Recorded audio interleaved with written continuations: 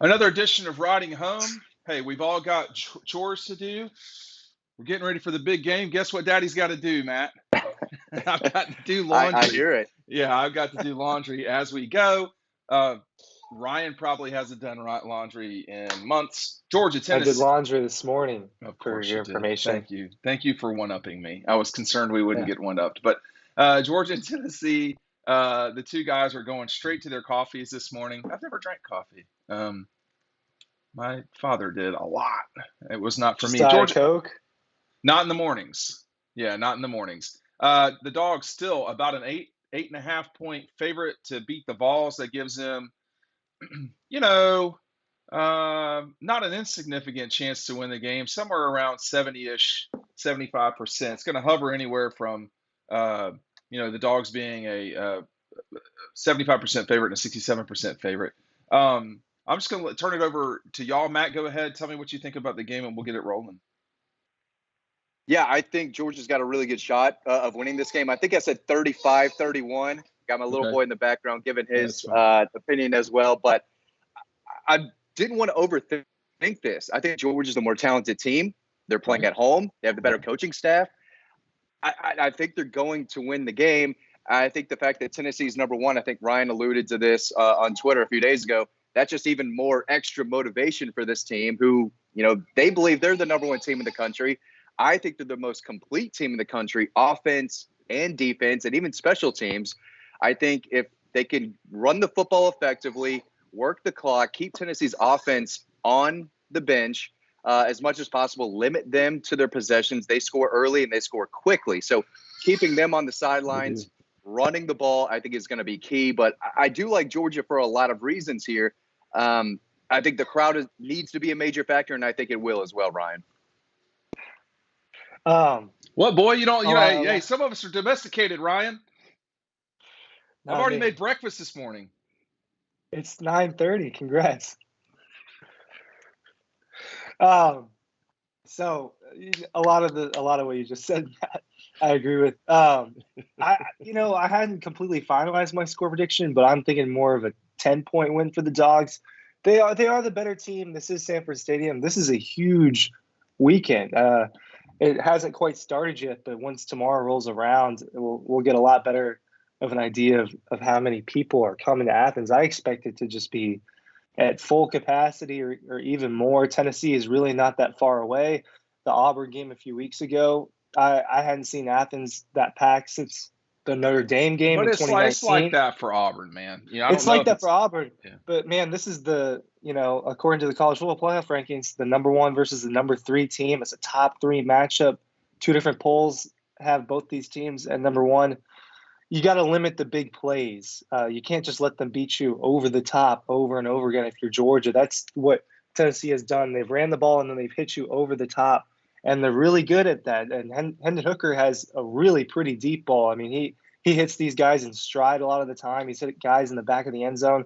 So the defense, I mean, by far this is their toughest test.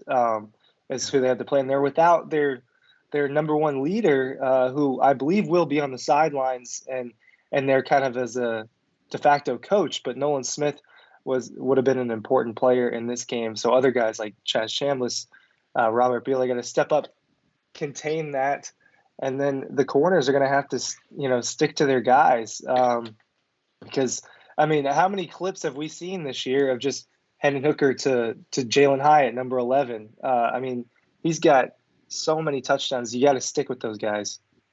I got a couple things to say here. First of all, do not miss out on our event with Kelee, Ringo. People continue to purchase these. I'm concerned that if you want to go, you won't. You do not have to be present to get a ticket, and a ticket gets you a book, one thing signed, and the ability to get other things signed. So let me know. Just order it or email me, dean@dogpost.com. The other thing is, if you want to get the book this weekend, there's a great deal we've got over at Red Zone. You get this shirt for free. The camera's a little different than it used to be. So talk over to me at Red Zone on Clayton while supplies last. In both of these cases, the Kelee thing is going to probably be gone relatively soon. So get on it now.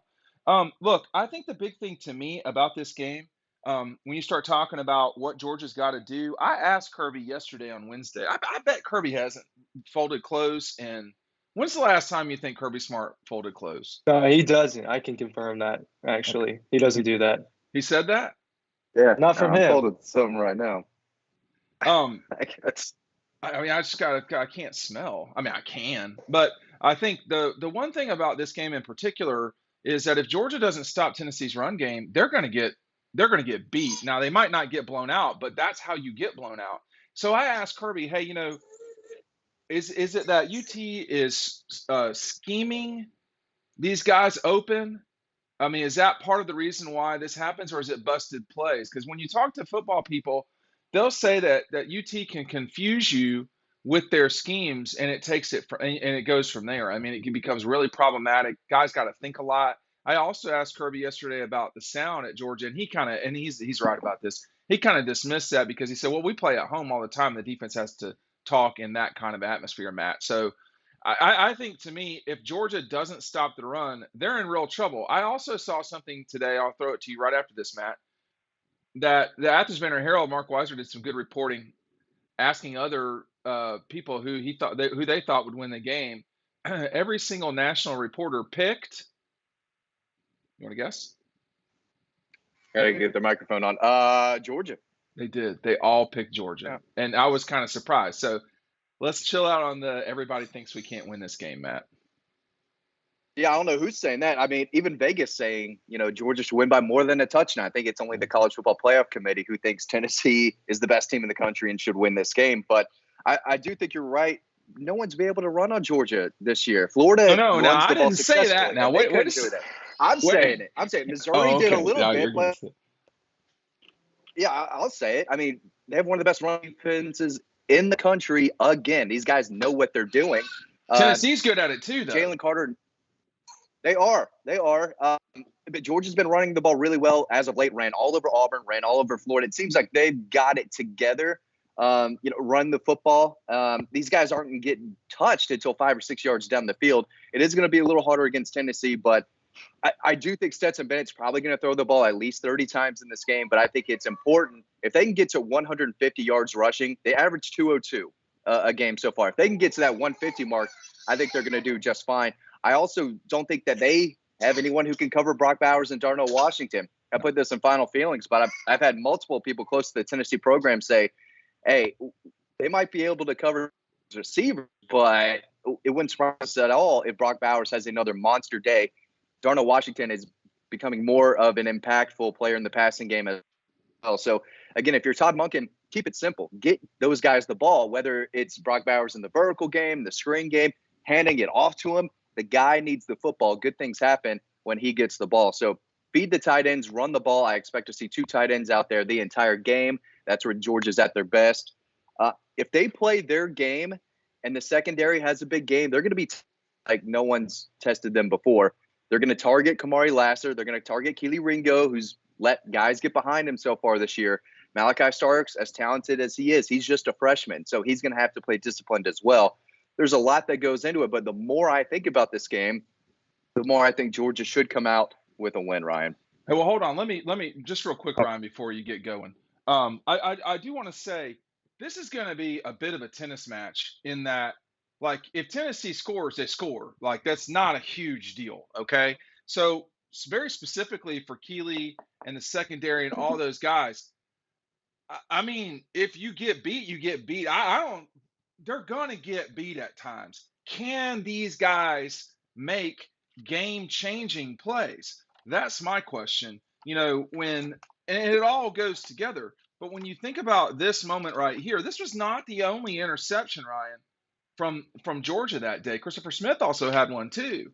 If you can do this, if you can score a pick six, Georgia was one of the few teams a season ago that actually did intercept Hendon Hooker. That guy's got 1 interception this year. I did want to just point that out that the just because you get beat on a player for a touchdown or whatever, that's 1 score. That's it.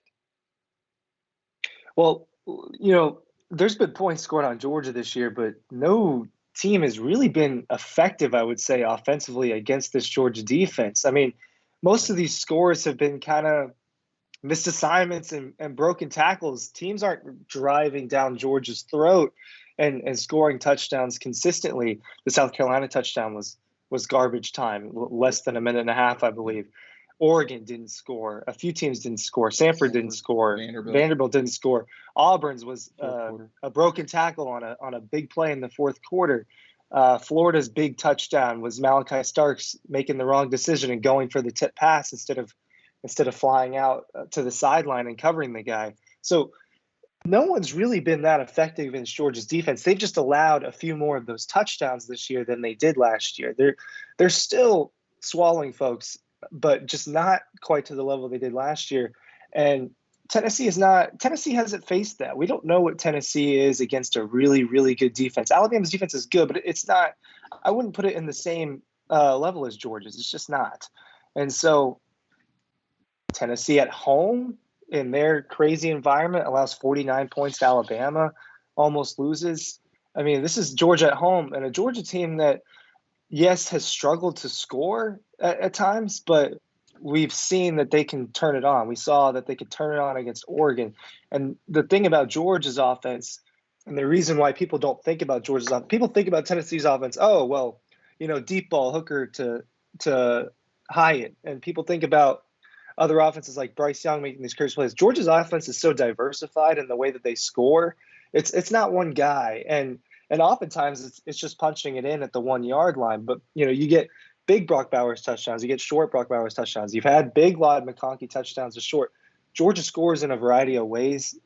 Tennessee just hasn't, and Georgia hasn't seen an offense like Tennessee's yet. They haven't. Right. It's a very different offense, and they run really fast. But Tennessee is also not seen a team like Georgia on both sides of the ball.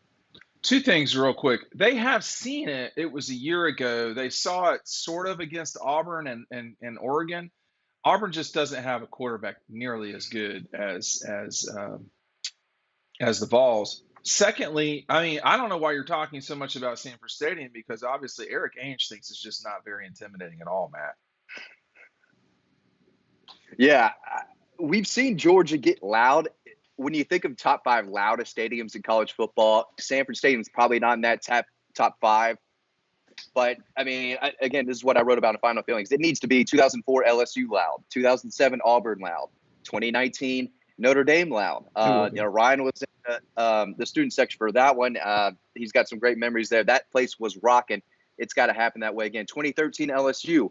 If it's anywhere close to that, I think Georgia's in a good spot. But Tennessee's committed 67 penalties, which is tied for 120th in the country. Georgia's number 4. I think they've committed 32.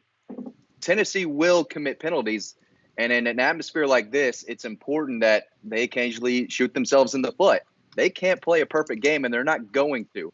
But that's something I don't think a lot of people really notice, that as good as their offense is, and I don't know how many of those 67 are on offense or defense, but they do tend to draw that yellow flag out a good bit. And playing in a place like Sanford Stadium, which should be rocking, we said it all week, I do think it is going to make a big impact on Hendon Hooker, especially in the passing game. It's easy to run the ball when the place is going nuts, but when you have to sit back there, you've got guys coming at you. You've got to go through your reads and make sure everyone's on the same page pre-snap. It's really tough to do in a place like Sanford State. But apparently Eric Ainge was able to do it. I think you were 16. Was that when he came in and won? It was not a great Georgia team. It was 04 and 06. And 04 and 06. To hit, I mean, I think what he said is incorrect, but I think he's trying to compare it to Neyland. And it's not the same as Neyland, but I've heard Neyland completely quiet. I've seen Neyland several times with. Every time I've been there, it's been pretty quiet. Yeah, I mean, so it does matter what happens on the field. And I think that, I mean, I'm not going to get in all that. That was really not a very intelligent thing to do the week before your program that you played for, sacrificed for, and won the division for twice, is going into a Lions den and you just pissed off all the Lions. I would not. That wasn't super bright, but and Kirby said exactly what I've said dozens of times. Actually, when I asked him, when you cannot hear, you cannot hear. So if people are throwing mustard onto the field or golf balls, once you can't hear, you can't hear. And, Georgia is not it is a hoity-toity crowd. It is is a lot more suburban Atlanta than it is South Georgia, and some of that's numbers, some of that's just what it Matt has frozen on us. Some of that is, I mean, it's just what it is. So there's not a ton that we can do about that. With that said, um, it's never easy to play on the road in this league, no matter where you're going. And they went down to LSU and kicked LSU's brains in at noon, and this won't be at noon. So at least for a half, I think this will be challenging for Tennessee before they start blowing Georgia out. You said you think they're going to start blowing Georgia out? No, before they blow them out. Yeah. You said before Tennessee blows. Oh, okay, I get what you're saying. Yeah, I mean, if they're going to blow Georgia out, or they're going to, this is going to be the most challenging game Tennessee has played. Oh, yeah. And I mean, certainly this year, perhaps the Pitt game, as Matthew joins us again. Listen, Pittsburgh stopped them on the ground. They did not have 100 yards rushing, and he's got his Phillies gear on. Go ahead. That's something. What you said just a minute ago is something Kirby has said several times this season. It's hard to play on the road in this league. It doesn't. We saw that it wasn't necessarily easy to play at Missouri this year. They put on a good show. They did. Missouri had a good defense. It was night. It was kind of the first time it was chilly all year. There's a lot of factors that goes into it. Sanford Stadium doesn't get as loud as Neyland. It doesn't, and so you got an open end zone, and that's part of it. Maybe the fans aren't as crazy. I don't know. But you're leaving a very important part out. What am I leaving out? Well, Georgia doesn't the numbers. Georgia doesn't pump sound in, no. and at Neyland they do, and it's just all there is to it. I mean, and there are 10,000 more people or whatever that number may be. That matters a lot too. I mean, it doesn't matter which one is louder. We know where they're playing. They're playing in Athens. Yeah, they're playing in Athens. I mean, if you want to run it down, Matt, you can do that. But I wouldn't say that about Columbia or Lexington or certainly not Neyland or Tiger Stadium in Death Valley at LSU. Yeah, when there's a big game, the crowd show up every single time. So it can be one of the loudest when you kind of market it and push the way Kirby Smart has. And he challenged the fans earlier this week. He knows how loud it can get, and he knows how tough it is to play there when the crowd is on their A game. And how many penalties did Notre Dame have a few years ago, Ryan? I mean, it's over and over. Kentucky, Arkansas a couple years ago. Yeah, I mean, it really does make an impact. And we already have one of the best defenses in college football, number 2 scoring defense, number 4 total defense. They don't need a lot of help to be successful defensively, but they're going to get it with this crowd. So I'm not sure Tennessee really knows what they're getting into. LSU shot themselves in the foot over and over and over. They went down to Baton Rouge. That was a really impressive win. If Georgia just doesn't muff a punt and doesn't get down to like a 21-0 hole, they're going to be okay. But get off to a fast start, get that crowd involved early, and I think they've got a really good shot. I do think they know what they're getting into. I mean, they played at Alabama last year. Yeah. I don't know where else they played. I guess at the Swamp. I mean, go ahead, Ryan. Well, I wanted to go back to the Arkansas game last year. So the Swamp. That was the most the Arkansas game in Sanford last year was. I think it maybe wasn't the loudest Sanford ever got, but that was the most impressed I ever was with the Georgia crowd. Yeah, they got up there. Arkansas doesn't matter to Georgia. It was a top 10 matchup in Athens. College game day was there. I don't think SEC Nation was there. That was later on. But that doesn't matter. There was a lot of theatrics, and it was a noon kick. And they got up, and they got there, and they got as loud as they possibly could for noon kick. And they affected KJ Jefferson. They affected that offense, and they caused a lot of penalties. I mean, the game felt over in the second drive. It just felt like Arkansas wasn't going to be able to do anything. So this Tennessee team's a lot better than that Arkansas team last year. That Arkansas team ended up not being one of the 10 best teams in college football. Tennessee is going to beat Georgia downfield a couple times, I would think. Tennessee's going to get their points. But in the grand scheme of it all, this Athens crowd is, I would say it's a little underrated. The Sanford Stadium crowd is look at this. We're already learning our letters. G is for G Georgia. is for Georgia. Wow. That I wonder if our friends at Red Zone have that one. Look how pretty his eyes are, if we're being honest.